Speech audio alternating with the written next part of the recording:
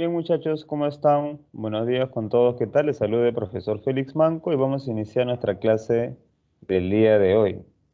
Ahora, chicos, me indican todos si pueden escucharme bien. No sé si me están viendo, pero creo que sí me pueden escuchar. No sé si están viendo también la diapositiva, ahí que acabo de presentarlo. A ver, coméntenme, muchachos. Buenos días con todos. ¿Cómo están? Sí, me dicen que sí se puede escuchar. Todo clarito. Se puede ver también la diapositiva.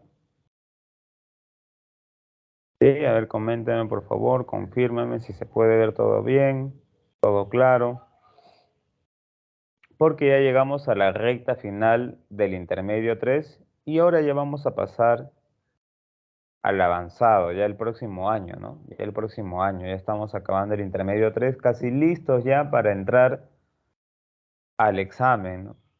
Pero bueno, todavía vas a tener 2 meses más de preparación, enero, febrero, marzo seguramente es el examen o primera semana de abril, ya veremos. Pero lo importante es que ya estás completamente preparado.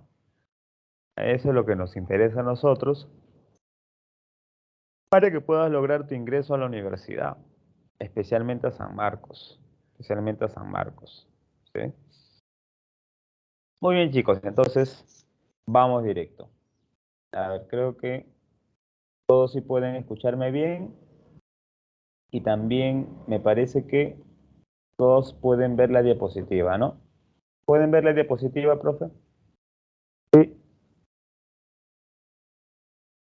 Ah, Valentina dice, profe, ¿por qué ahora las preguntas de filosofía son texto? Bueno, no ahora, Valentina, eso ya desde el 2019.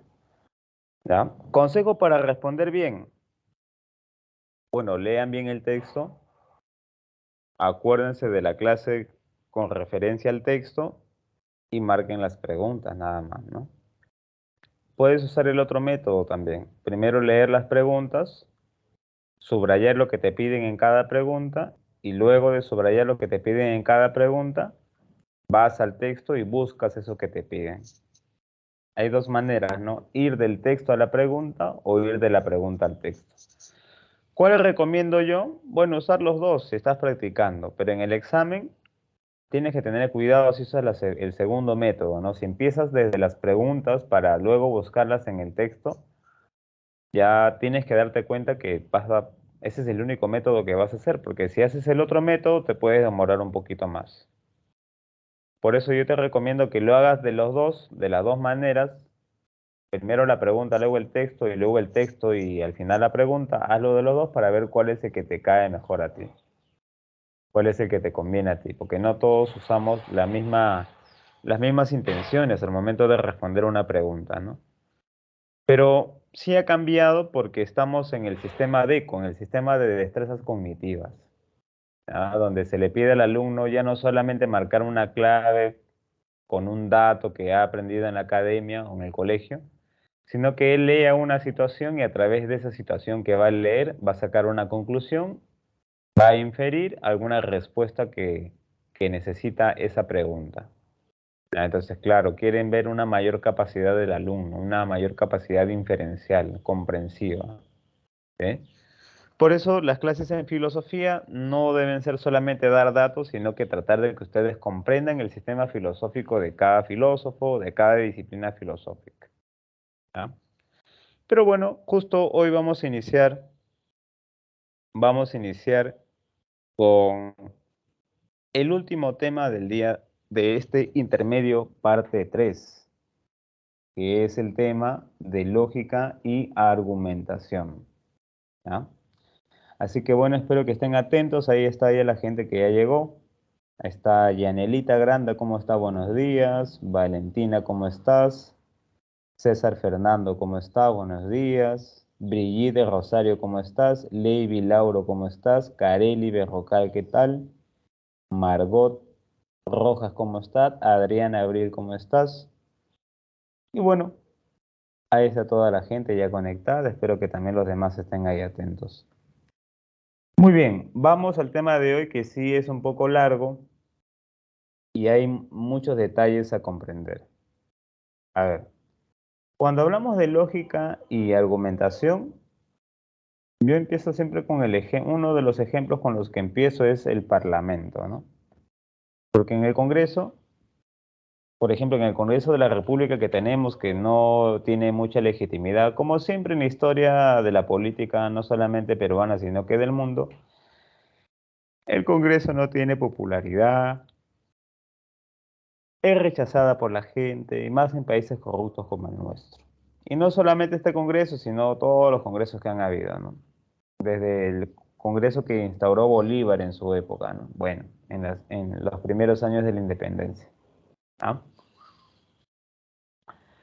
Pero, ¿qué se hace en el Parlamento? Se va a hablar, o sea, se va a hablar, se va a discutir acerca de las leyes que va a tener las ciudades. ¿Ah? Van a legislar. Y obviamente para legislar y para debatir tienen que hacerlo argumentando sus ideas. O sea, tienen que armar un discurso de sus ideas. Y ese discurso debe estar con un orden preciso para que se pueda comprender. O sea, debe seguir los principios de la lógica, ¿ya? Obviamente los principios de la argumentación, pero la argumentación tiene como una de sus bases a la lógica. Entonces nosotros nos damos cuenta de un buen político, de un buen legislador, si es que ha construido bien su argumentación a través del uso de los principios de la lógica, ¿no? Entonces te pongo esa imagen para que te des cuenta que en el Parlamento se usan los principios de la lógica y los principios de la argumentación, ¿no?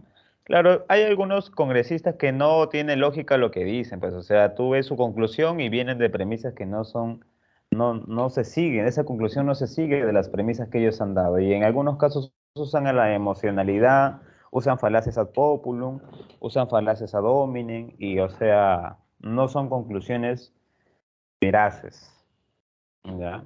Y cada denunciado tampoco tiene calidad de verdadero, ¿no? Generalmente son falsas las correspondencias que hacen, sea del ala que sea, ¿no? O sea, no tenemos buenos congresistas que están formados en crear discursos lógicos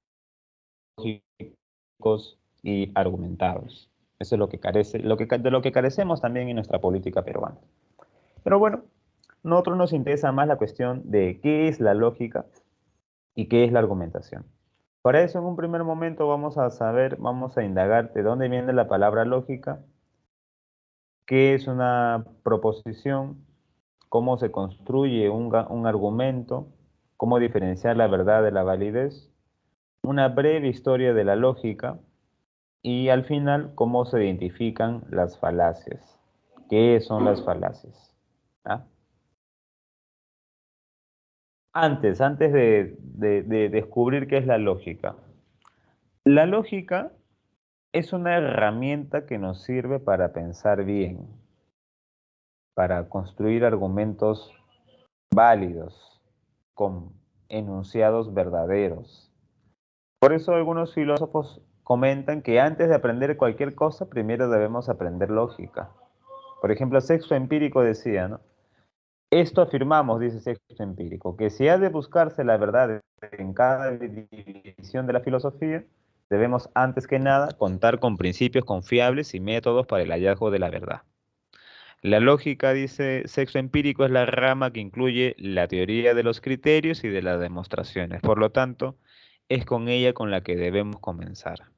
Antes de cualquier estudio, primero debemos comprender qué es la lógica y usarla bien para hallar la verdad, para demostrar nuestros criterios.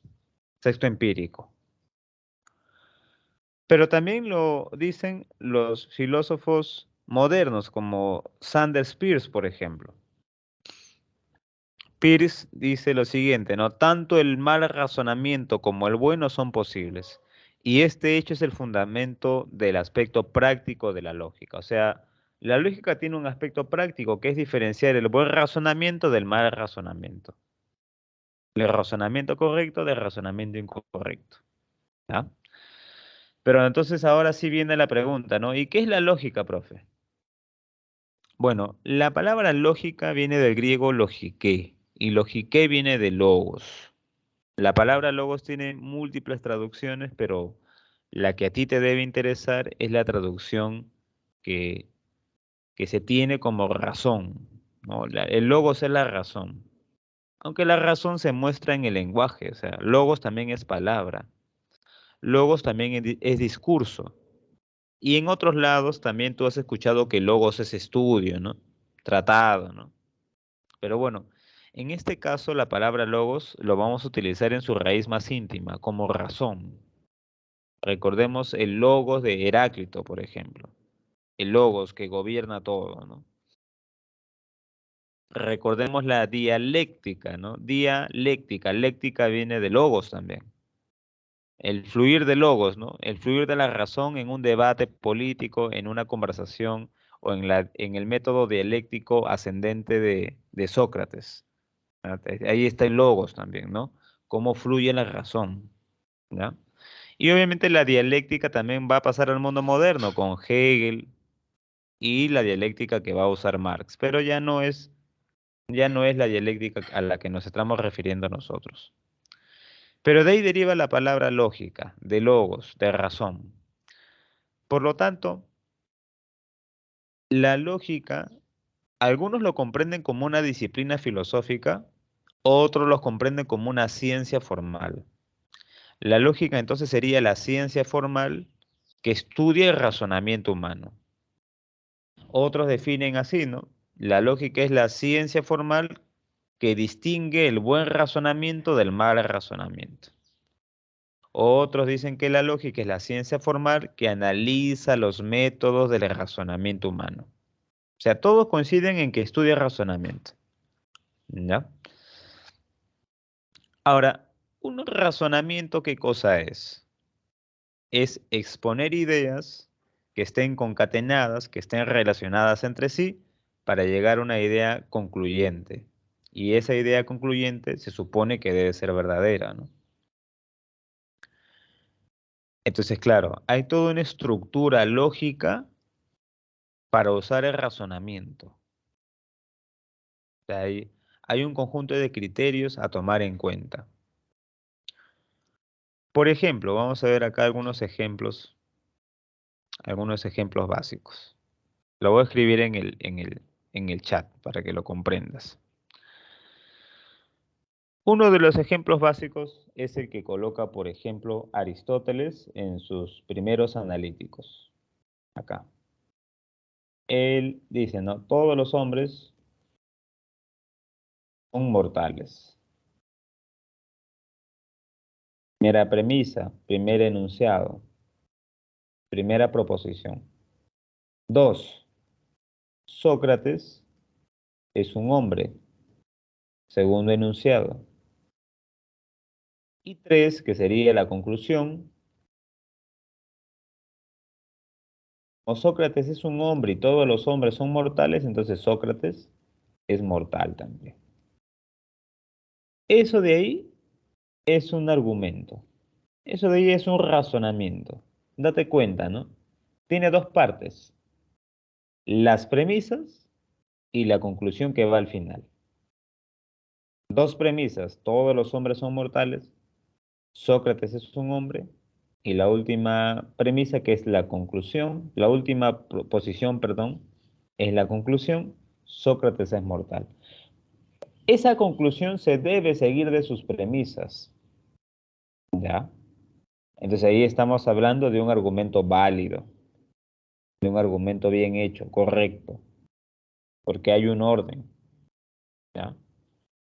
Entonces no olvidar que en un razonamiento vamos a encontrar distintas proposiciones, o sea, distintos enunciados, oraciones, distintas oraciones, proposiciones. Pero hay dos tipos de proposiciones que componen el argumento, las premisas y la conclusión.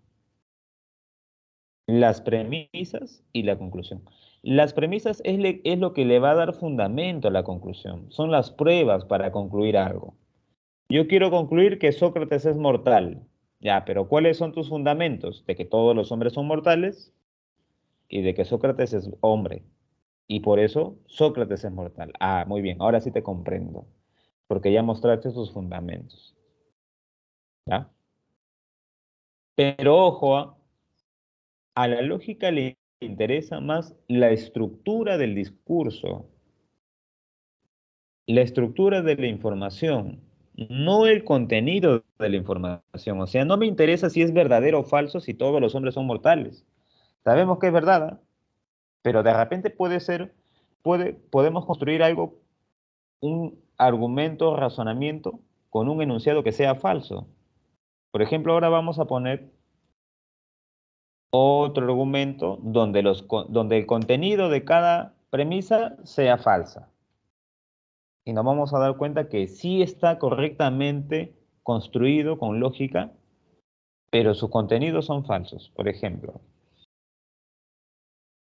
vamos a poner, todos los gatos vuelan. ¿Ya? Todos los gatos vuelan. Sabemos que eso es falso, ¿ah? Pero vamos a ponerlo. Dos, Shrek es un gato. Entonces concluyo que Shrek vuela.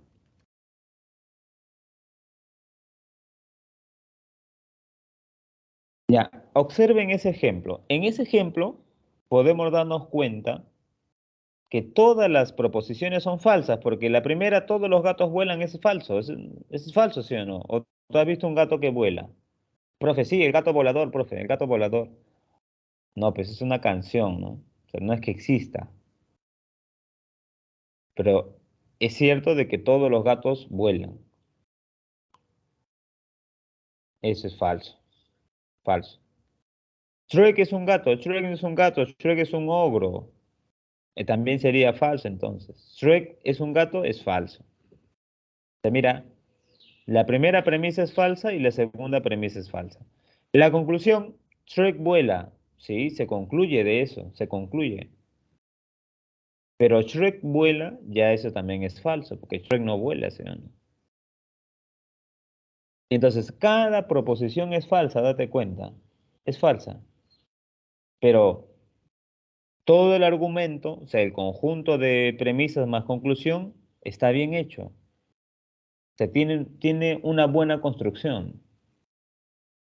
Está lógicamente construido. O sea, es un argumento válido. No es válido porque por los contenidos, ¿ah?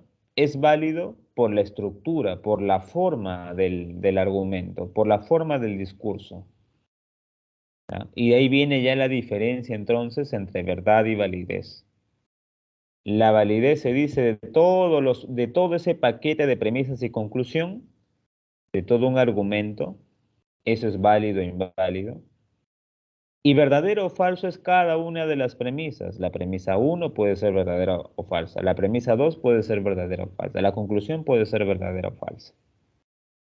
¿Ya? Ahí está la diferencia entre verdad y validez. La verdad depende de las proposiciones de los enunciados y la validez depende de todo el razonamiento. Entonces, como la lógica estudia el razonamiento, a él le interesa saber cuál es la forma, la estructura, no el contenido, no de lo que se está diciendo. Eso no interesa a la lógica. Lo que le interesa es la forma. Y todos los argumentos tienen la misma estructura. Antes de llegar a la conclusión tienen premisas. Y para llegar a una conclusión se necesita de premisas. Y ahí viene el operador condicional. El sí, entonces. Si todos los hombres son mortales y Sócrates es un hombre, entonces Sócrates es mortal. Si todos los gatos vuelan y Shrek es un gato, entonces Shrek vuela. ¿Ya? Si estudio bien y me alimento bien, entonces ingresaré. ¿Ven? O sea, son premisas y conclusiones, el sí y el entonces. Veamos otros ejemplos. Acá. Un razonamiento puede ser el siguiente, ¿no? Si todos los animales cariñosos son débiles y si los gatos son cariñosos, entonces los gatos son débiles. ¿Ya? Ahí tenemos las premisas que están antes del entonces y luego del entonces ya viene la conclusión. ¿Ven? Otra, si tienes contacto con una persona con la COVID-19, entonces puedes contraer esa enfermedad. Si A es mayor que B y B es mayor que C, entonces A es mayor que C. Todo funcionario público que roba dinero del Estado es corrupto. Primera premisa. Segunda premisa. Algunos políticos son funcionarios públicos que roban dinero del Estado. Entonces, o luego, algunos políticos son corruptos. ¿Ya? Entonces ahí tenemos, no olvidar, un razonamiento es un conjunto de premisas que llegan a una conclusión. Ahora, como te dije al comienzo, todo el argumento es válido o inválido.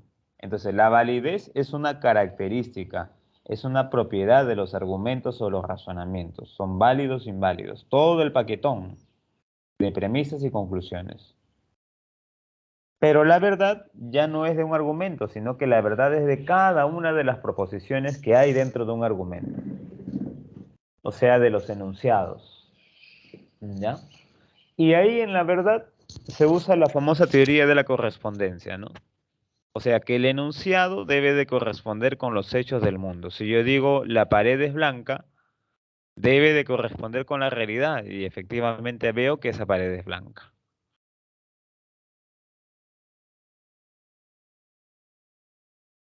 Si yo digo todas las cosas caen en dirección a la Tierra, lo debo comprobar si corresponde o no corresponde con la realidad y efectivamente corresponde, no todas las cosas caen en dirección a la Tierra por ley de gravedad. Sería verdad. ¿Ya? El cielo es celeste o está celeste. Bueno, debo de ver si corresponde ese enunciado con la realidad. Y ahí puedo decir si es verdadero o falso. Entonces ahí está la diferencia, muchachos. No olviden. Verdad para proposiciones, para premisas y conclusión. Validez o invalidez para todo el razonamiento, para todo el argumento. ¿Ya? Ahora, como ya comprendimos qué es la lógica y qué estudia la lógica, ahora vayamos a una breve historia de la lógica. En la antigüedad, a Sócrates se lo considera como el precursor de la lógica, porque él es uno de los primeros que intentó conceptualizar las ideas universales. ¿Ya?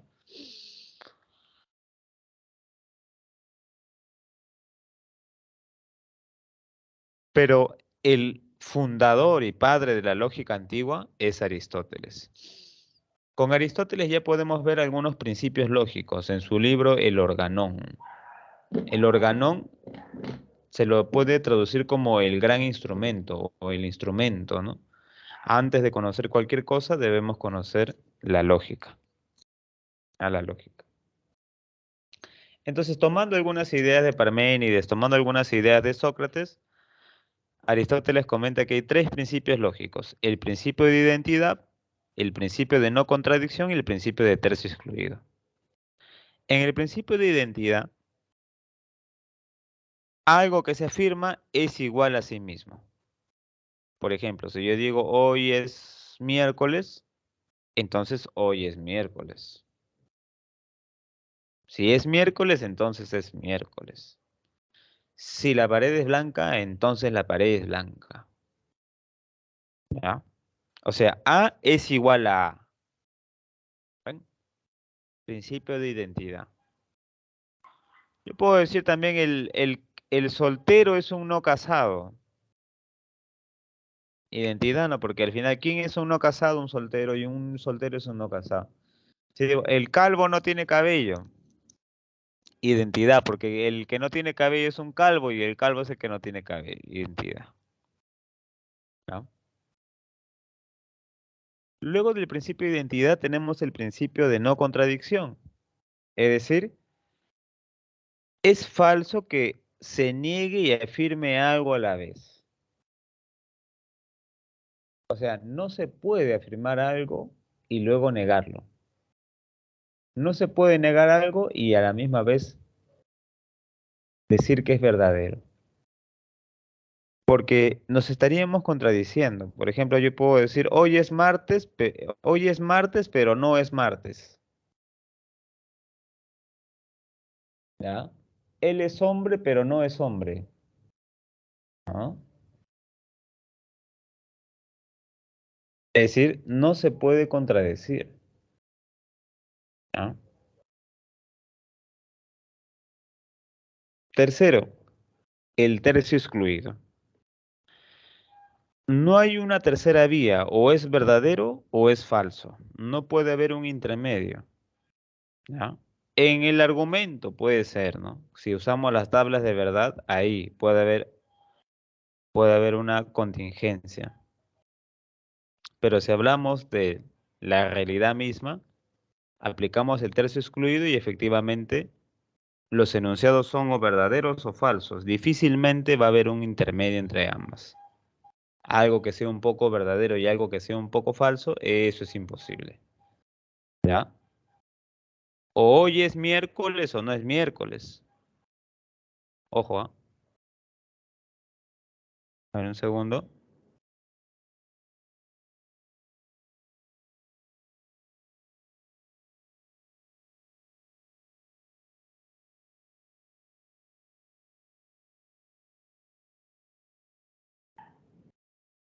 Ya.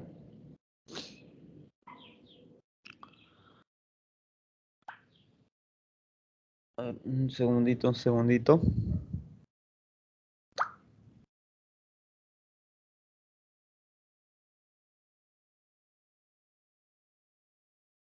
A ver,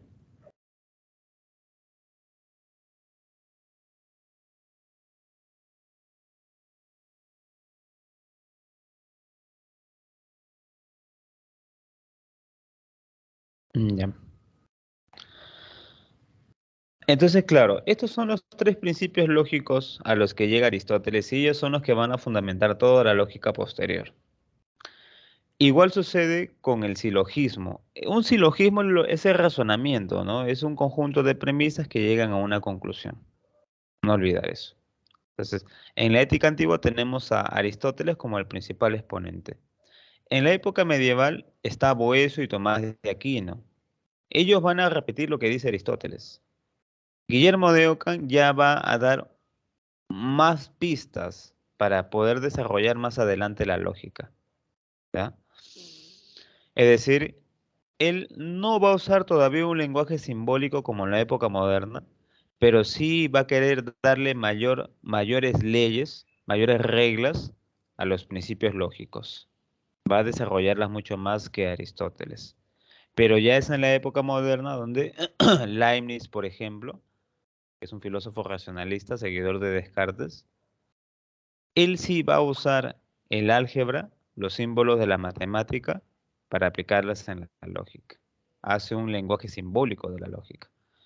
En la época moderna también tenemos a George Boole, a Gottlob Frege, donde también van a dar una nueva simbolización de la lógica, van a tratar de superar la lógica proposicional a través de métodos más exactos.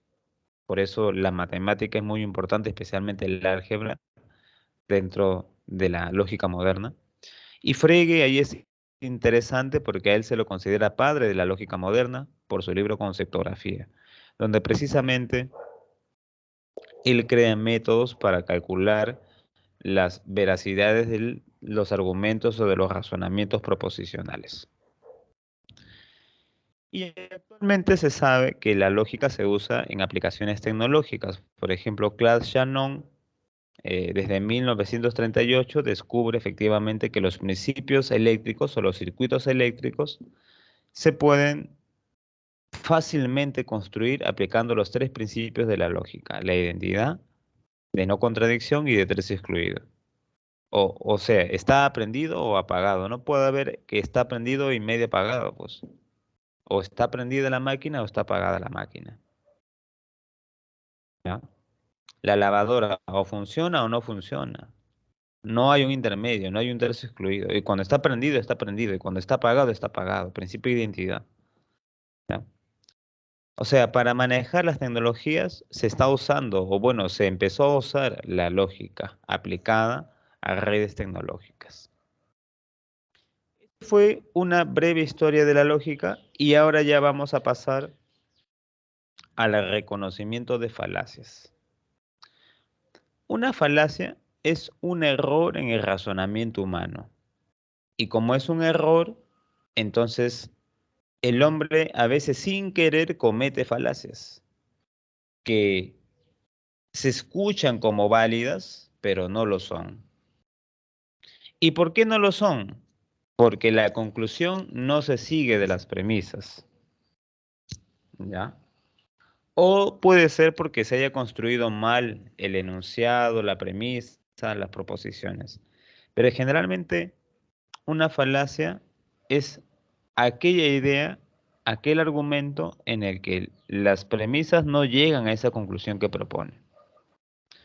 Hay dos tipos de falacias, ¿no? La falacia de atingencia y las falacias de ambigüedad.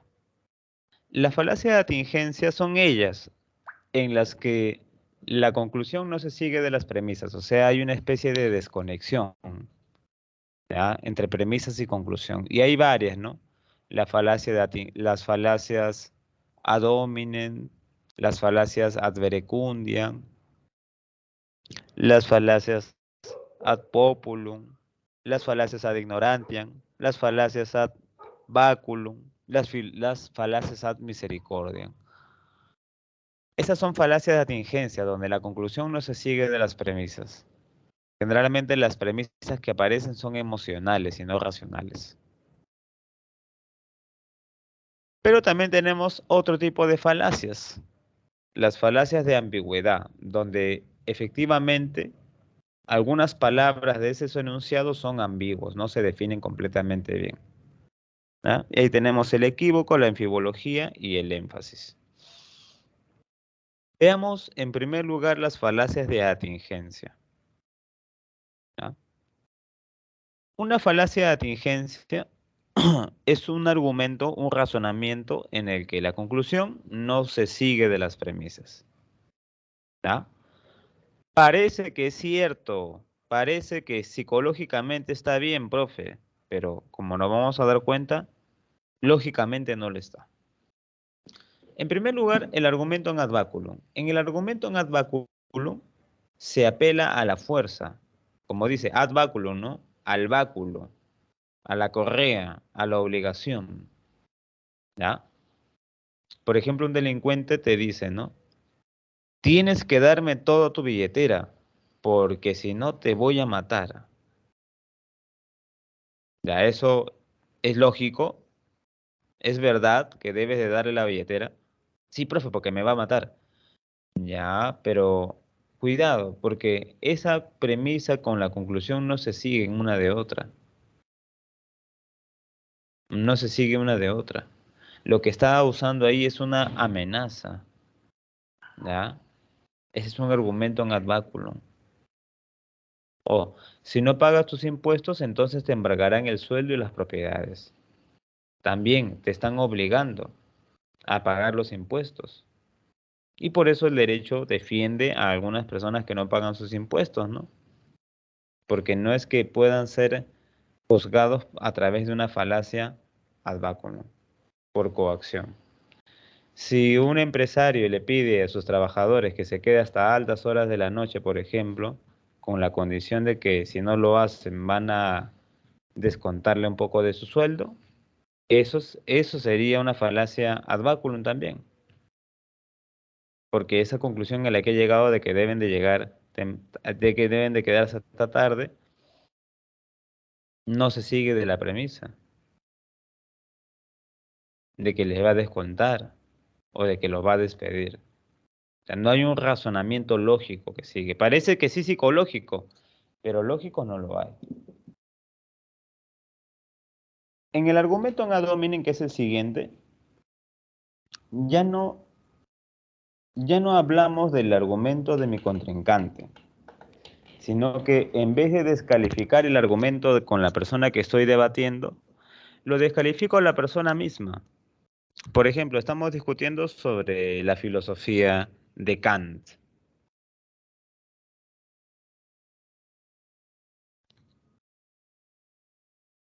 Entonces digamos que yo estoy defendiendo la filosofía de Kant, yo soy kantiano, y la otra persona me dice, ah, no, pero ese argumento de Kant no sirve porque Kant era jorobadito, era feo y era burgués, y por eso no sirve lo que dice.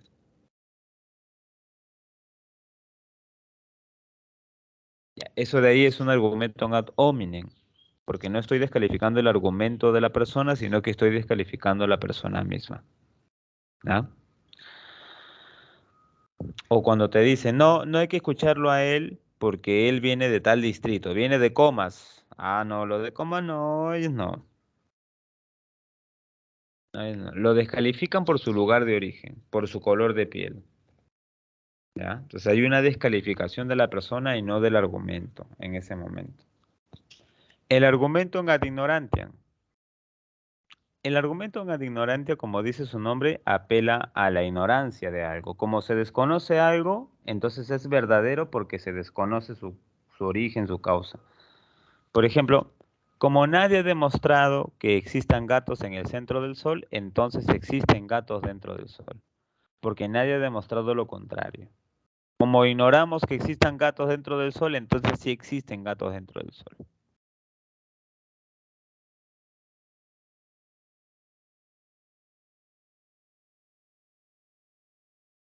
O en el campo del derecho, ¿no? En el campo del derecho también se usa esto. Como no hay pruebas, hasta que no haya pruebas contundentes, mi defendido es inocente. Es inocente hasta que se demuestre lo contrario. Ah, como nadie ha demostrado que él es culpable, entonces no es culpable. No es culpable, es inocente. ¿Ya? Ojo.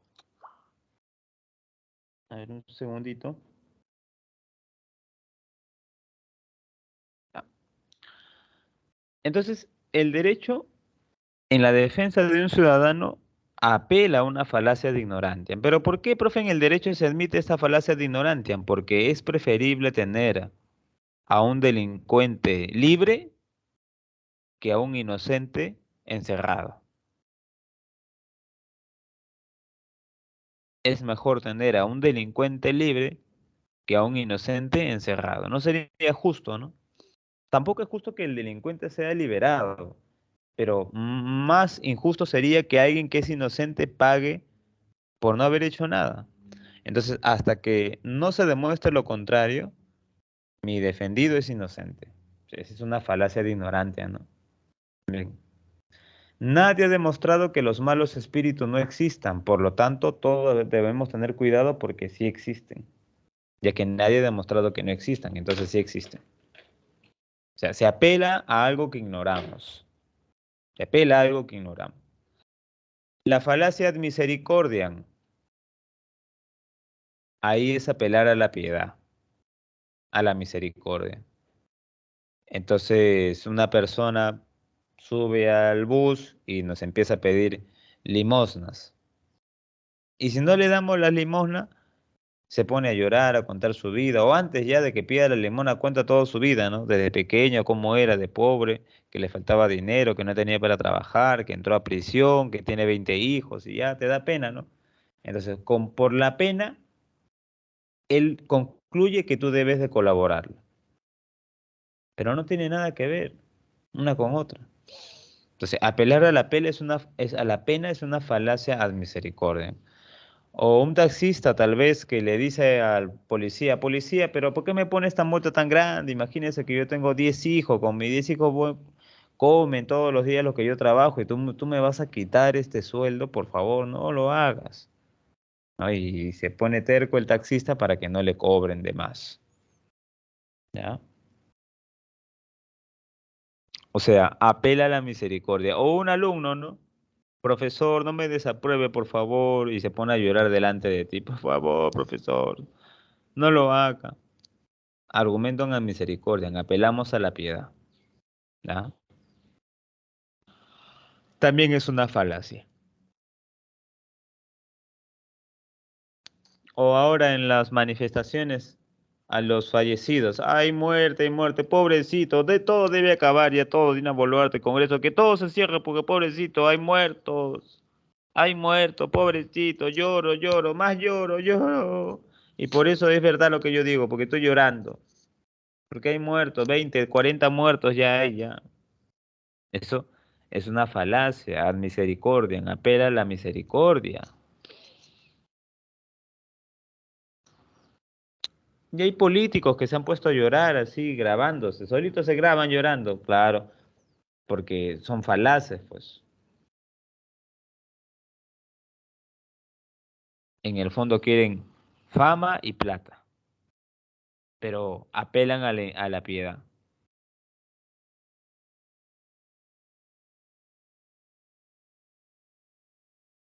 Vamos también a la falacia ad populum o argumentum ad populum. En el argumento ad populum, en el argumento ad populum, apelamos al pueblo, a la mayoría. Por ejemplo,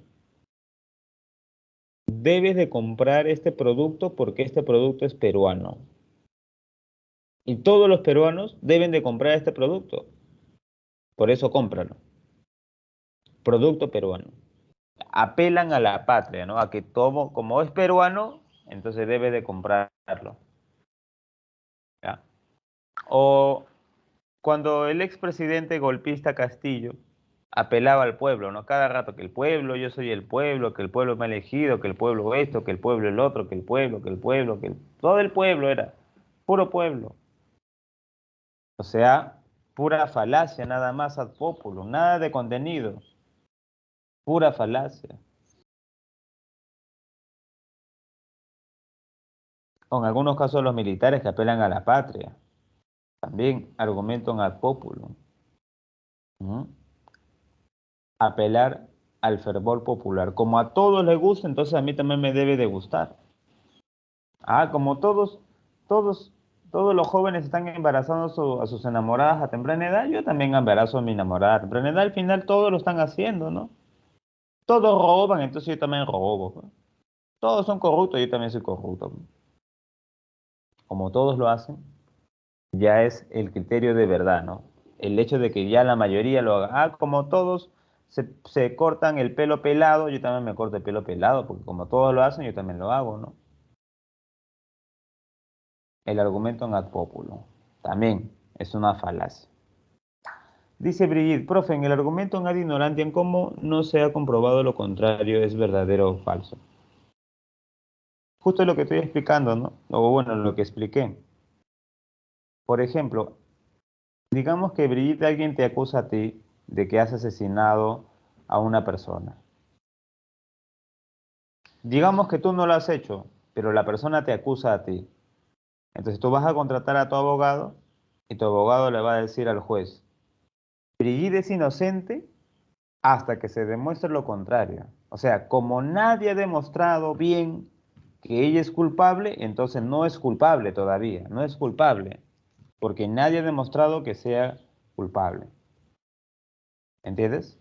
Es decir, nadie ha comprobado que sea verdad que tú seas culpable. Por lo tanto, es falso que tú seas culpable, es falso, porque nadie ha demostrado que es verdadero. Es como decirte, como nadie ha demostrado que los espíritus no existan, entonces los espíritus sí existen, porque nadie ha demostrado que no existan. Y como nadie ha demostrado que no existan, entonces sí existen. O sea, se apela, Brigitte, a algo que desconocemos. Como nadie ha demostrado, como nadie ha fundamentado eso, eso es lo que ignoramos, entonces su contrario es verdadero. ¿Ya? A eso se refiere la falacia de ignorancia, Brigitte. Vamos a la última falacia, la falacia ad verecundiam. En la falacia ad verecundiam se apela a una falsa autoridad. Verecum significa autoridad, ¿no? Por ejemplo, en los cortes comerciales pasa frecuentemente ello, porque en los cortes comerciales nosotros vemos a una cantante famosa, a un cantante famoso que nos recomienda usar Head and Shoulders, nos recomienda comprarnos zapatillas de tal marca. Entonces tú dices, ah, mira, sí, Sheila Rojas se compra esa zapatilla, esa marca, entonces yo también, porque si ella lo hace, ¿por qué yo no? O la contratan a Sheila Rojas para hacer un comercial de una posta médica que hace cirugías. Pero ella que sabe de cirugías, ella solamente ha pagado, pero como es una figura pública, habla nomás. Pero en el fondo no te van a atender ellas, no te va a atender Sheila Rojas, ¿sí o no? Sino que te va a atender el médico, el doctor. Pero tú ya llegaste a través de una falacia de autoridad, porque ellas no son autoridad verdaderas. Sheila Rojas no es la autoridad de la medicina para que te recomiende esos medicamentos. No, no es una magnate en calidad deportiva, ¿no? O en calidad de zapatillas, por ejemplo. ¿Ven? Entonces son falsos líderes que por su falsedad de liderazgo creen que por eso pueden imponerse, pero no es así. O que el premio Nobel de Física diga que se debe comprar más armas en el Ministerio de Defensa. Pero, ¿qué tiene que ver el premio Nobel de Física o de Literatura con las armas del Perú? Nada. ¿Mm? Entonces, hay una falsa autoridad ahí. Por lo tanto, apelar a la falsa autoridad también es una falacia. Hasta ahí, muchachones, comprendieron todas las falacias, por lo menos las más básicas. La falacia ad baculum, la falacia dominem, la falacia ad ignorantiam, la falacia ad misericordiam, la ad populum y la ad verecundiam. ¿Las comprendieron todas, muchachos? Porque esto puede venir en el examen de admisión. Te van a poner un caso y a través de ese caso te van a hacer preguntas. O de repente simplemente te dicen que identifiques nada más. Que identifiques cuál es cuál, ¿no? Te ponen una falacia y te dicen qué tipo de falacia es, ad ignorantiam, ad populum, ad verecundiam. Eso te pueden preguntar.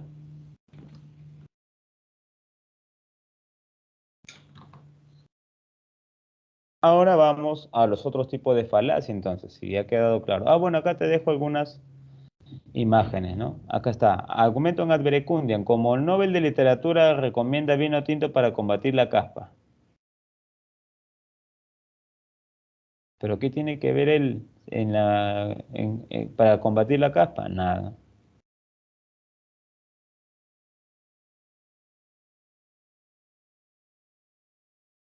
El argumento en ad populum. Todo el mundo sabe que la Tierra es plana, por eso es plana. Como todos dicen que es plana, debe ser plana, pues. Todos dicen que es plana. Argumento en ad hominem.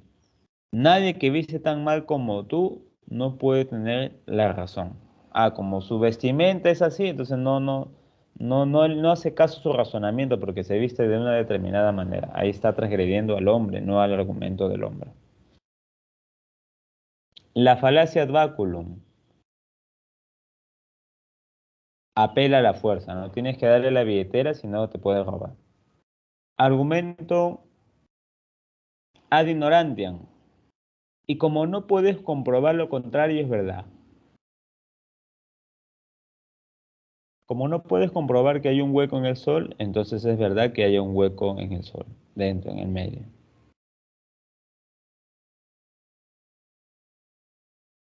Ah, esas son las clásicas. Y también tenemos el hombre de paja, que no viene en el examen de admisión, pero es un clásico también usado por los políticos, ¿no? Te inventan algo y si estás en contra de eso, te dejan mal. Por ejemplo, un político que te diga, vota por mí porque yo voy a asegurar la paz para el pueblo. Si no vota por mí es porque no quieres paz para el pueblo. Por eso tienes que votar por mí para que tengas paz. Si no votas por mí, vas a tener violencia. Y ese es un hombre de paja. O sea, como que se construyen otra figura de su afirmación. Pide por la paz, pide por la justicia. O sea, un hombre de paja para que tú ataques allí. Pero tus ataques no van a ser tan fuertes, ¿no? Muy usado actualmente el hombre de paja. Bueno, y ahora sí pasamos a los otros tipos de falacia, la falacia de ambigüedad o de claridad. Como dice su nombre, son de ambigüedad, o sea, son varias palabras que son ambiguas, que no son precisas aún, y entramos en equivocaciones. Por ejemplo, el equívoco. En el equívoco, nosotros nos equivocamos al momento de escribir ciertas ideas, ciertas palabras, ciertos conceptos. Yo voy a decir, la heroína es dañina. Luego digo, Juan es heroína. Y entonces Juan es dañina. Como la heroína es dañina y Juan es heroína, entonces Juan es dañina. Ya. Ese es equívoco. Ese es equívoco. Porque ahí la palabra heroína está siendo usada 3 veces. ¿Ya? 2, 3 veces. Pero cada palabrita tiene un contexto distinto. La heroína es dañina, ya esa es la droga. Juan es heroína, no, esa es la virtud de Juan, y no la droga, la virtud. Entonces, esa conclusión que Juan es dañina es una falacia. ¿Ah? Melissa y el gato son una pareja consumada. Todo lo que está consumado está acabado o terminó. Luego, Melissa y el gato terminaron como pareja. Claro. Esa conclusión no se sigue de las premisas. Hay una falacia de ambigüedad con el término consumado, ¿no? Consumado significa dos cosas, que ya llegó a la punta o que ya terminó. Claro, porque lo que terminó es porque ya llegó a su máximo nivel, no porque ha terminado ya. Pero hay dos excepciones, pues. El terminarse y el llegar a la cúspide. En este caso, Melissa y el gato son pareja consumada. Parece que estamos afirmando que ya han llegado a la cúspide. Pero luego dice que todo lo consumado está acabado. Entonces, Melissa y el gato terminaron como pareja. Pero no necesariamente puede ser así, porque podemos tomar en cuenta que en la primera oración, consumado puede significar que ya llegaron a tener una bonita relación. O un pericote es un animal, por lo tanto un pericote grande es un animal grande. También, ¿no? La palabra animal, ambigua, es muy ambigua, ¿no? Por lo menos en este caso. Entonces a veces nos podemos equivocar al momento de construir una oración y usamos palabras que tengan más de dos sentidos. Luego tenemos la anfibología. La anfibología se da en el momento en que se formula mal una oración según su estructura gramatical, o sea, siguiendo la sintaxis, la semántica, la gramática en general. Por ejemplo, dicen, ¿no? Mi hermano fue al pueblo de Miguel en su coche, pero ¿en el coche de quién? ¿De Miguel o de otro hermano?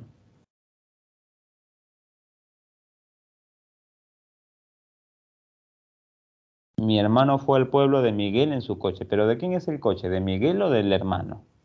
No se sabe, ¿no? O sea, está con anfibología, está mal construido. Se vende perro pastor alemán, come de todo, le gusta mucho a los niños. Pero no se entiende, o sea, ya le gustan los niños, pero ¿qué le gusta a los niños? ¿Comérselos? Porque antes dijo que se come de todo. ¿Comérselos? Entonces ahí también está la anfibología, está mal construida esa oración. O el énfasis. Se usan letras grandes para llamar la atención. Por ejemplo, a la mano derecha dice sexo gratis, ¿no? Pero más pequeño es por la compra de 4 neumáticos, sea cual sea tu sexo, llévate gratis el cambio de aceite. Sexo gratis.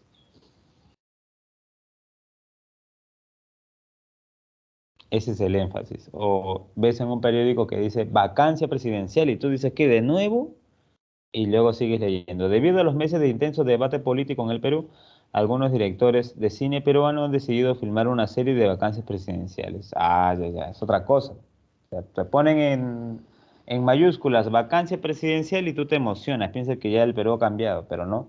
Esa era una serie de Netflix que iban a hacer. O acá la imagen de arriba, pero esto ya no es énfasis, sino que esto es anfibología, ¿no? Vende una cuna para niños de madera. Mira, vendo una cuna para niños de madera. Pero niños de madera, hola, claro, porque no hay niños de madera, o sea, ¿no? La cuna es de madera, pero acá está mal construida. O a menos que sea Pinocho, ¿no? No creo, ¿no? Así que chicos, ahí están todas las falacias de atingencia y las falacias de ambigüedad. ¿Quedó clarito eso, chicos, o hay alguna duda, alguna pregunta? Con eso ya acabamos Yo, lógica. profe, Sí, una dime. pregunta. ¿Podría volver a decir cuál era la diferencia entre las falacias de contingencia y las de ambigüedad, por favor? Ya. En las de atingencia, la conclusión no se sigue de las premisas. Y en la de ambigüedad, o en las de ambigüedad, una palabra o la construcción gramatical es ambigua. Por ejemplo, en el equívoco hay una palabra que tiene más de dos acepciones y en el argumento uso las dos acepciones. Entonces me equivoco al usar dos acepciones de una palabra. La palabra hola como un saludo o u hola como las olas del mar. La heroína como droga o la heroína como una virtud humana. Es el equívoco, ¿no? La anfibología, una construcción dañina en el caso de la gramática o de la sintaxis, como lo vimos, ¿no? Se vende cuna para niños de madera. O Mario viaja en, ¿cómo era el ejemplo? Mi hermano fue al pueblo de Miguel en su coche. También, no se sabe en el coche de quién, si de Miguel o del hermano. O se vende perro pastor alemán, come de todo, le gusta mucho a los niños. También, de la misma manera, está mal construido la anfibología. O sea, es ambigua, ¿no? O de baja claridad. Y el énfasis también, porque te ponen un par de palabras o tres palabras en mayúsculas que te llaman la atención, hay énfasis, pero no es preciso lo que dicen. No es una vacancia presidencial. No es que van a dar sexo gratis, sino que hay pequeñas letras que ya te van a desvirtuar aquello que están queriendo llamar la atención.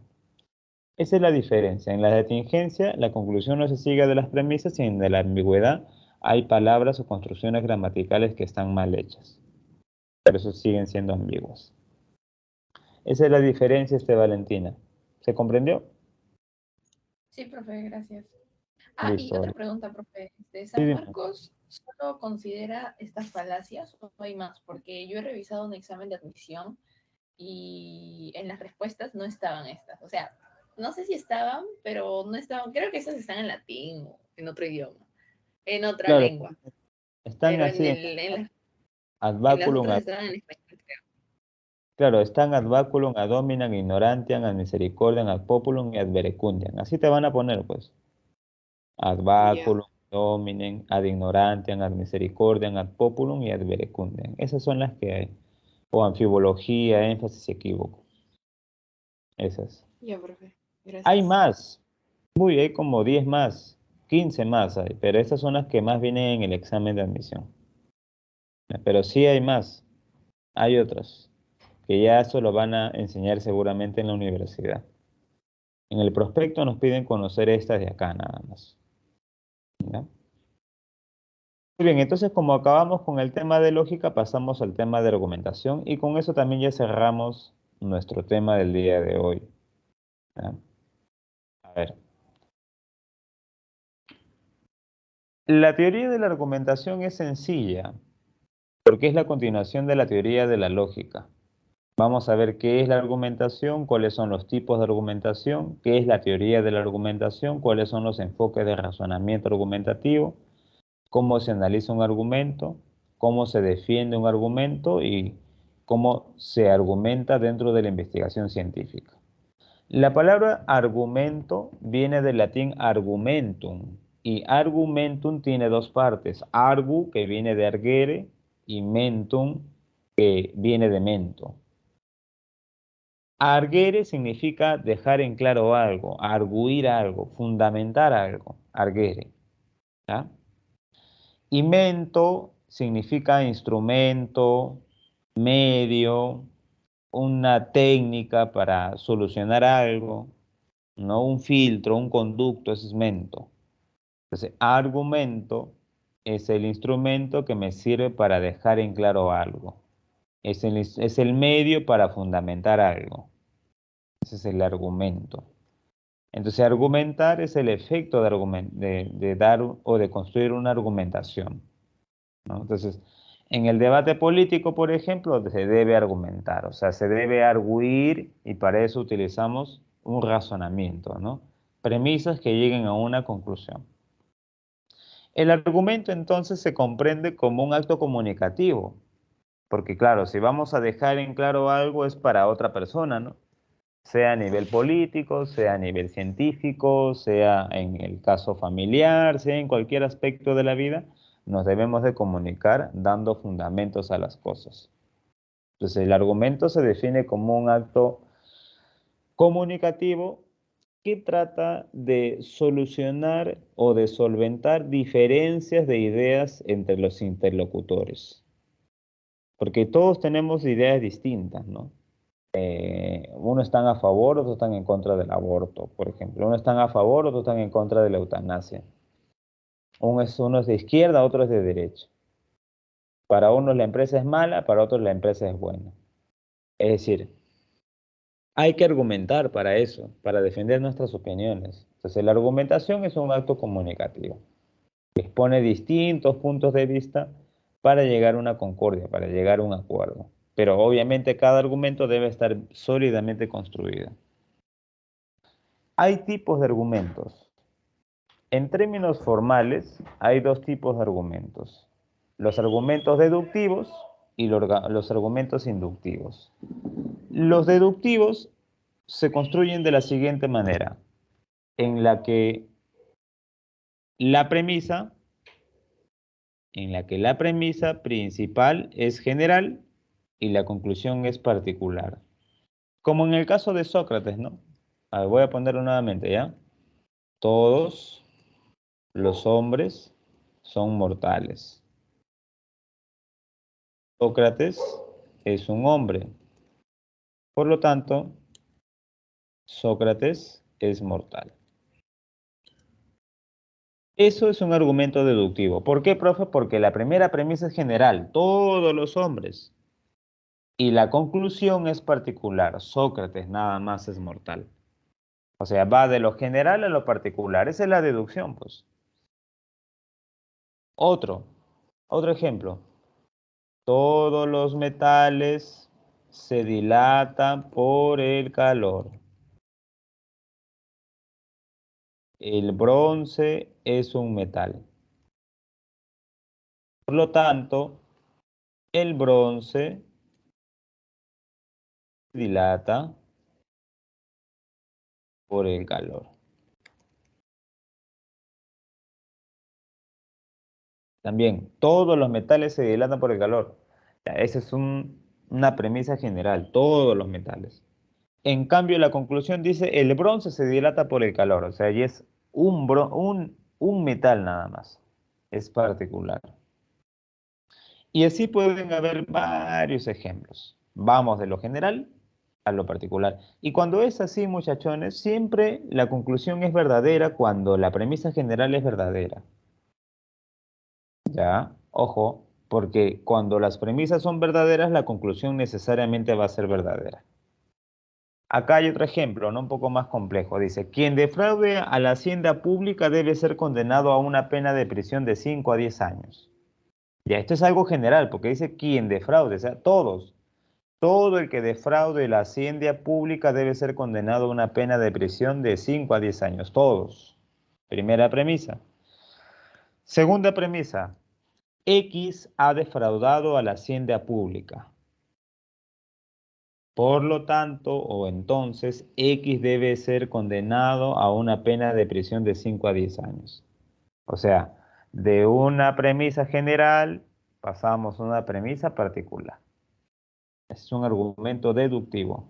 Ahora vamos al siguiente, que es el inductivo. Un argumento inductivo se da construyendo premisas particulares y la conclusión debe ser general. ¿Ya? O también pueden ser premisas particulares y la conclusión puede ser particular también. Ojo, ¿ah? Y como es así, la conclusión no va a ser verdadera si las premisas son verdaderas. Puede ser que las premisas sean verdaderas y la conclusión puede ser falsa. ¿Ya? Vamos a poner el ejemplo, otro ejemplo clásico, a ver, de argumento inductivo. Yo puedo decir, eh, Sócrates es ateo. Puedo decir, Platón es ateo. Puedo decir, Aristóteles es ateo. Puedo decir, Descartes es ateo. Puedo decir, Nietzsche es ateo. Puedo decir, Marx es ateo. Por lo tanto, que puedo concluir que la mayoría de filósofos o algunos filósofos son ateos. Ese es un argumento inductivo. Te doy premisas particulares, Sócrates, Platón, Aristóteles, todo ello, para llegar a algo general. Algunos filósofos son ateos. Nos vamos de lo particular a lo general, ¿no? O usando el otro ejemplo que ya lo había hecho ahí de los metales, ¿no? Puedo decir, uno, el bronce se dilata por el calor. Dos, el plomo se dilata por el calor. Tres, el oro se dilata por el calor. Cuatro, la plata se dilata por el calor. Y puedo concluir lo siguiente, ¿no? Que todos los metales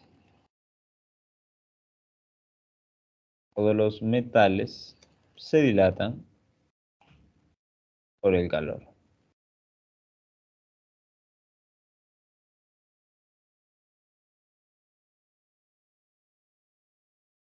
Ahí está. El bronce se dilata por el calor, el plomo se dilata por el calor, el oro se dilata por el calor, la plata se dilata por el calor, y podemos concluir que todos los metales se dilatan por el calor. ¿Ya? Así se construye, muchachones, un argumento inductivo. De lo particular, vamos a lo general. Pero acá sí tener cuidado porque la conclusión puede ser falsa, definitivamente, ¿no? A pesar de que las premisas también puedan ser falsas o puedan ser verdaderas, no hay una necesidad que la conclusión sea verdadera si las premisas son verdaderas. En este caso no lo hay. A ver, dice Brigitte, me acuerdo que un profe de RB me dijo que no se dice de lo general, sino del todo. No te comprendo muy bien lo que dice Brigitte, pero depende de lo que estamos hablando. Si es una ley científica, ahí sí, todo, ¿no? Como la ley de la gravedad, todos los objetos caen en dirección a la Tierra, ¿no? En el caso de los metales, todos los metales se dilatan por el calor, ¿no? Me dijo que no se dice de lo general, sino del todo. No te entiendo, no entiendo tu pregunta. O sea, de lo general, sino del todo, eso no entiendo a qué te refieres. ¿A qué te refieres con eso de que te dijo que no se dice lo general, sino del todo?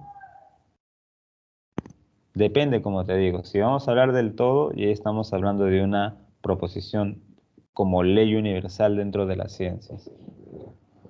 Por ejemplo, todo organismo biológico pasa por el proceso de evolución. Todos los organismos biológicos, ¿no? Pero si digo todos los filósofos son ateos, eso es algo que no es cierto, ¿no? Porque hay algunos que no son ateos. Yo sí puedo decir algunos, o la mayoría puedo decir, no necesariamente todos. Pero depende a qué contexto, ¿no? Si nos referimos al contexto científico, usamos todos, ¿ya? Es que cuando nos preguntó qué es deducción, dijimos de lo general a lo particular. ¿Ya? Ah, ya. Entonces, y ustedes dijeron eso y el profe dijo que no se dice de lo general, sino del todo. Depende, seguramente está equivocado el profesor y no distingue el todo de lo general. Ah, ya, y dijo del todo a lo particular. No necesariamente es así, ¿ya? No necesariamente. Porque si no sería, claro, depende del contexto. Como ahorita vamos a ver, hay algunos contextos dentro de la argumentación que son distintos entre uno y otro, ¿ya? Pero no podemos afirmar el todo, porque si vamos al contexto filosófico, no puedo decir que todos los filósofos son ateos. Puedo decir la mayoría, ¿no? Lo general. De lo general puedo pasar a lo particular, pero hoy no puedo mencionar la palabra todo. Solamente en una ley científica sí se puede. Hay todo, ¿no? Todas las hojas tienen vacuolas, o sea, tienen organelas que almacenan agua. Eso es así, eso es una ley general. Puedo usar la palabra todo porque es una ley de la biología, ¿no? Claro. Pero si digo todas las mujeres tienen el cabello corto, eso no es cierto, ¿no? Puedo decir la mayoría, en general, las mujeres tienen el cabello corto o largo, ¿no? Pero no es una totalidad, ¿no? Entonces depende del contexto de la situación. Pero sí es cierto que la deducción va de lo general a lo particular y la inducción va de lo particular a lo general. Y ahí hay que tener detalle en ver el contexto al cual nos estamos refiriendo, ¿no? Si es un contexto más científico, con más precisión puedo decir que es el todo. Si es un contexto no tan científico o dentro de las ciencias sociales, puedo mejor hablar de generalidades, de la mayoría o de algunos, no de todos, ¿no? Pero bueno, cada profe ya tiene su propio criterio de comprender. Muy bien. Entonces ahí está la diferencia primaria entre argumentos de carácter deductivo, que va de una premisa general a una premisa particular. No puedo decir premisa totalitaria porque no se usa esa palabra totalitaria, ¿no? Eso es totalitario es ya para política, pero para hablar de premisa totalitaria eso no existe, pues. Es general, es general, ¿ya? Y dentro de la premisa general podemos decir todo, podemos decir la mayoría, algunos, general, ¿no? Y hay también argumentos inductivos, donde se va de lo particular a lo general. Ojo. Ahora, hay otra forma de clasificar los argumentos. Hay otra forma de clasificar los argumentos, ¿no? No solamente como inductivo y deductivo, sino, por ejemplo, según el contexto, como les estaba comentando, ¿no? Hay un contexto legal, hay un contexto matemático, un contexto religioso, un contexto artístico, un contexto científico. O sea, se puede usar el argumento, muchachos, en todo momento, en todo lugar, para cualquier situación. Depende del contexto. También podemos clasificar los argumentos según la meta que yo tenga. Entonces, ¿cuál es mi meta? Persuadir, investigar, llegar a un acuerdo, contradecir a alguien. Según mi meta, según mi finalidad para usar ese argumento, se va, se va a clasificar también los argumentos, según la meta, la finalidad del diálogo. O según la estructura, puede ser una estructura simple, como yo he hecho los ejemplos, o puede ser una estructura compleja, como lo ves en un libro, ¿no? Todo párrafo de un libro es un argumento que llega a una conclusión. Todo párrafo, no de una novela de literatura. Ellos no. Eso los que hacen literatura no construyen de manera lógica sus argumentos, porque ellos están narrando, no están afirmando, llegando a conclusiones, no. Ellos están narrando. Lo que se hace en un libro de ciencia, en un libro de historia, por ejemplo, ahí sí llegan a conclusiones con premisas. Entonces, claro, es simple cuando es un razonamiento pequeño, como los ejemplos que yo he dado. Pero si tú lees un libro de ciencia, de historia, de cualquier cosa que no sea literatura ni poesía, ahí vas a chocarte con argumentos mucho más complejos. ¿Ya? Ojo. Vamos a la teoría de la argumentación. Bueno, la teoría de la argumentación es relativamente moderna, chicos. No es algo completamente novedoso. ¿no? Y la teoría de la argumentación nace en la modernidad precisamente, o sea, en la actualidad, para ir más allá de la lógica clásica, más allá de la lógica de proposiciones, más allá de las falacias y todo eso. Porque todas las culturas necesitan argumentar al momento de entrar en diálogo. Ahora más que estamos en un mundo globalizado, se necesita que las personas nos podamos comunicar entre sí. Y para eso debemos argumentar nuestras ideas, nuestros fundamentos, nuestra cosmovisión, nuestra forma de ver el mundo. ¿Ya? Entonces la teoría de la argumentación nace en un contexto en el que las culturas se están comunicando permanentemente y no hay un criterio único para comprender las cosas, sino que hay distintos criterios. Por ejemplo, ya fue en la segunda mitad del siglo XX, de 1950 hacia adelante, en el que se va a crear la famosa teoría de la argumentación. A ver, un segundito, un segundito.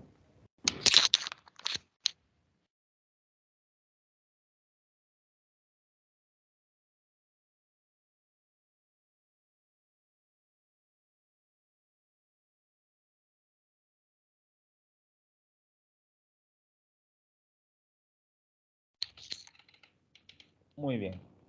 Les decía que, por ejemplo, ya en 1989, ya llegando a los años 90, Perelman escribe su libro Tratado de la Argumentación, la nueva retórica. Y en el 2007, Toulmin escribe su otro libro, Los usos de la argumentación.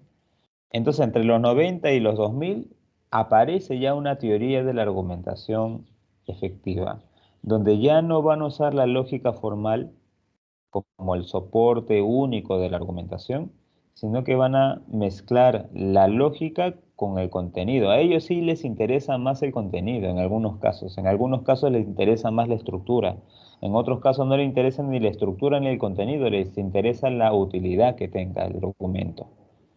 Entonces ya no estamos hablando de pura lógica formal, sino que estamos hablando de una teoría de la argumentación más amplia, más compleja, más holística, ¿ya? Entonces, ¿por qué ya no la lógica formal nada más? Porque tiene limitaciones. ¿Cuáles son sus limitaciones? Que la lógica formal solamente se dedica a analizar la estructura, como lo vimos, ¿no? No le interesa el contenido, le interesa la estructura. Y eso es negativo porque sí necesitamos de comprobar los contenidos, y especialmente en un diálogo entre culturas, ¿ya?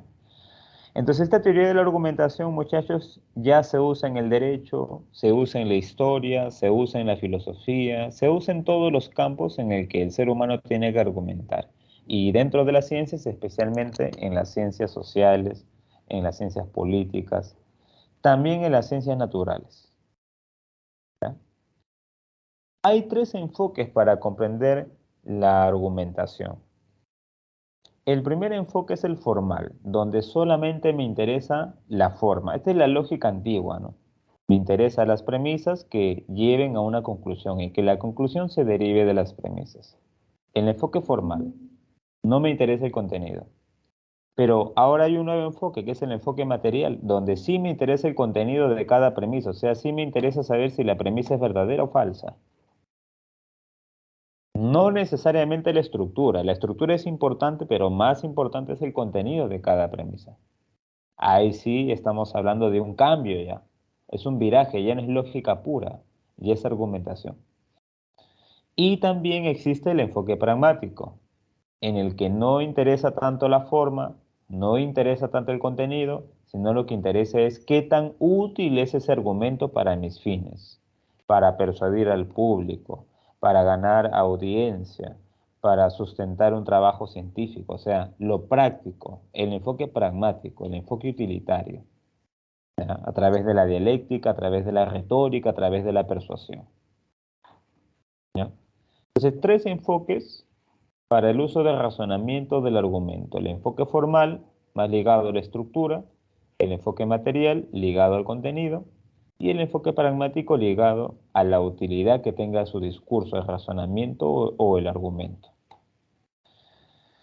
No olviden, muchachones, no olviden y con esto ya vamos terminando también, no olviden que un argumento puede caer en entimema. Un entimema es un argumento que ha omitido una premisa, o sea, le falta una premisa. Ejemplo, acá, ¿no? La señora Lucía ahoga animales callejeros. Por lo tanto, la señora Lucía es malvada. Bueno, psicológicamente parece que está bien, ¿no? Claro, profe, si la señora Lucía ahoga animales callejeros, entonces es una señora malvada. Ya, muy bien, yo te comprendo que sí, psicológicamente se entiende. Pero lógicamente, si analizamos el argumento, le falta algo. ¿Cómo es esto de que la señora Lucía es malvada porque ahoga animales callejeros? O sea, falta algo. ¿Qué falta? Que los que ahogan animales callejeros son malvados. Esa es la premisa que falta. Entonces, yo puedo decir, la señora Lucía ahoga animales callejeros. Y todos los que ahogan animales callejeros son malvados. Por eso la señora Lucía es malvada. Ahí sí, ya todas las premisas están completas y llegan a la conclusión. Entonces, cuando tú veas que en un argumento falta una premisa, eso se llama entimema.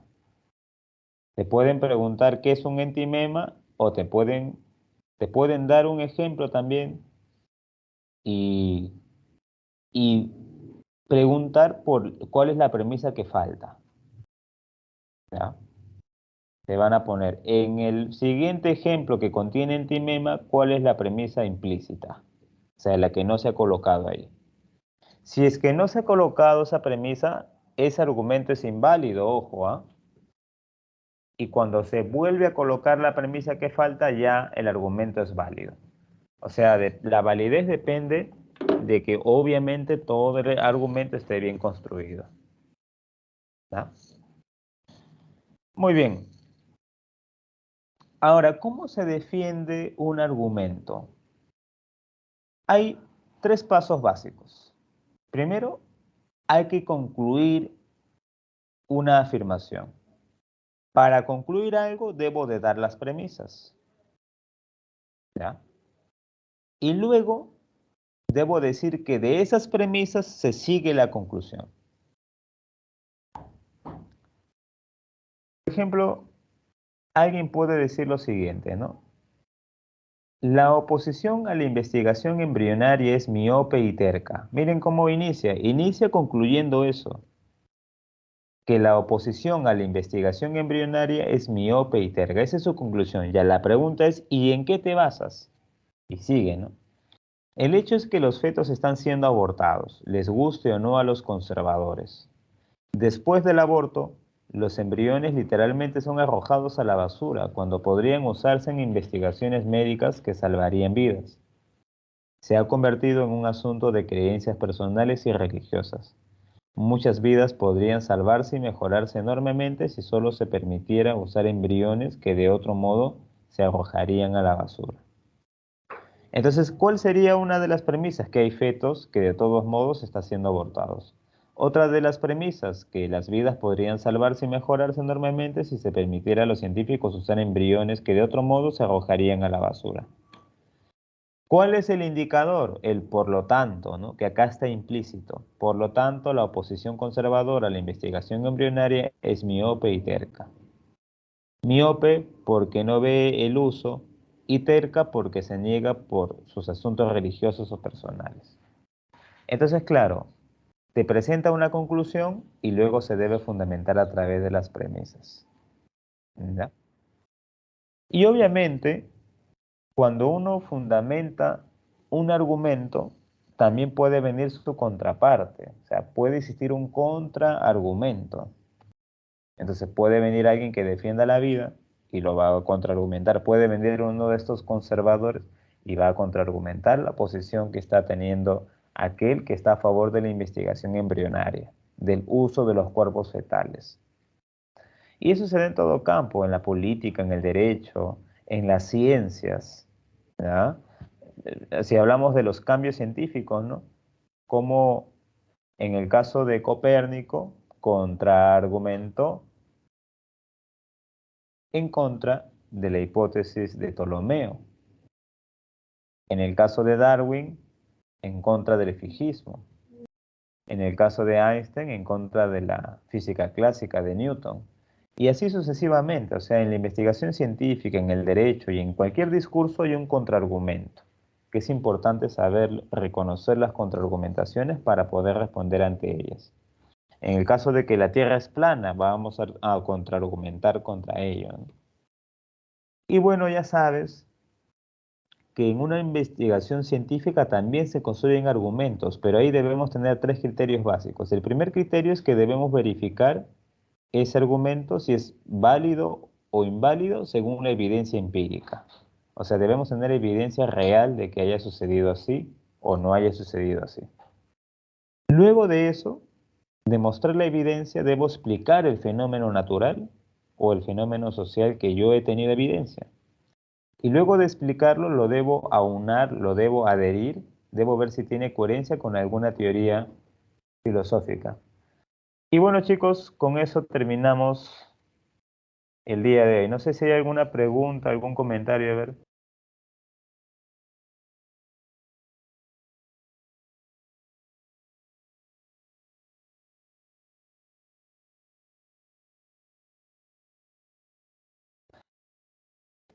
Preguntas, chicos, comentarios, todo clarito. ¿Y qué hace el tío Vladimiro ahí? Dice. Bueno, él lo pongo ahí porque él contraargumenta bien, en el caso del derecho, por ejemplo. No sabemos que él es culpable, pero él sabe contraargumentar. Bueno, chicos, hemos llegado al límite de tiempo. Ya hemos terminado nuestro intermedio parte 3, me parece. Así que nos vemos la próxima semana en el repaso. Ahí nos vamos a ver. Yo seguramente voy a dictarte a ti o van a ser otros. Y en el repaso va a haber también clases virtuales, pero también vamos a tener clases presenciales, así que ahí nos vamos a ver. Ahí nos vamos a ver las caritas. ¿Ah? Cuídense mucho, chicos, por favor. Ya saben que pueden seguirme en el canal de YouTube Alquimia Filosofal, que dirijo con algunos colegas. Y bueno, puedes seguirme ahí. Puedes agregarme también al Facebook, seguramente con mi nombre, me buscas ahí, cualquier cosita nos podemos comunicar, conversar. ¿Ya? Pero, profe, dice, si es virtual no nos podemos ver las caras, dice, sí, pues. Pero va a haber en la tarde, César, va a haber un repaso. Cada semana me parece que voy a tener que visitarlos a ustedes. ¿Ya? Así que seguramente nos vamos a ver por ahí. Y ahí les van a comentar cómo va a ser el ciclo de repaso también. ¿Ya? Listo, chiquitos, cuídense mucho, por favor, y ya nos vemos la próxima semana. Y si ya no nos vamos a ver porque no te vas a quedar en el repaso, aunque lo dudo, porque ya tú vas a quedarte, yo sé que te vas a quedar, o por lo menos la mayoría, cuídense mucho, ya cuídense mucho, si no nos volvemos a ver, que la pasen bonito, cumplan sus metas, por favor, y pasen bonito fin de año. ¿Ya? Cuídense, chicos, nos vemos. César Fernando Villanueva, cuídate, no estará, dice, en el repaso, espero que te vaya bien, ya sabes todos los objetivos que tienes en la vida y todos los que no se van a quedar, que todos los objetivos que tengan no lo tiren al tacho, a pesar de las caídas, sepan levantarse, porque al final de cuentas lo van a tener que lograr, nada, no se den por vencidos.